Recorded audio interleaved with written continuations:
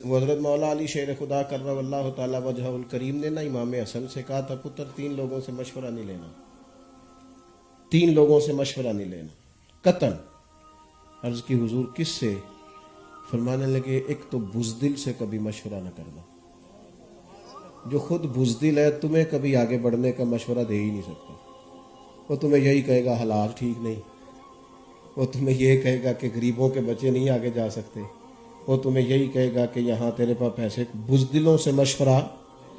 اور دوسرا حضرت مولا علی نے امام حسن سے کہا تھا پتر لالچی بندے سے مشورہ نہیں کرنا، جس کا دل ہر وقت لالچ کے پھندے میں مبتلا ہے وہ تجھے کیا مشورہ دے گا، کبھی اس سے مشورہ نہ کرنا۔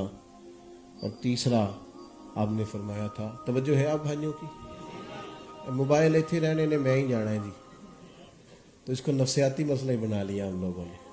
ویسے جس نے بنائے تھے اس نے کہا تھا کبھی جیب میں نہ ڈالنا۔ آپ مووی ضرور بنائیں پر دیکھیں تو میری طرف نہ، یار میری بات سنیں، میں تھوڑا نہ گل کرنا ہے، اور چلو اثر کرے نہ کرے سن تو لے میری فریاد۔ اور نہیں ہے داد کا طالب یہ بندہ آزاد، کوئی مطالبہ نہیں کہ آپ سبحان اللہ کہیں ماشاء اللہ کا، پر سنیں تو صحیح نا، آپ سنیں تو صحیح نا۔ اور اس بات کو آپ نے یاد رکھنا ہے، یہ شیر خدا کا فرمان ہے۔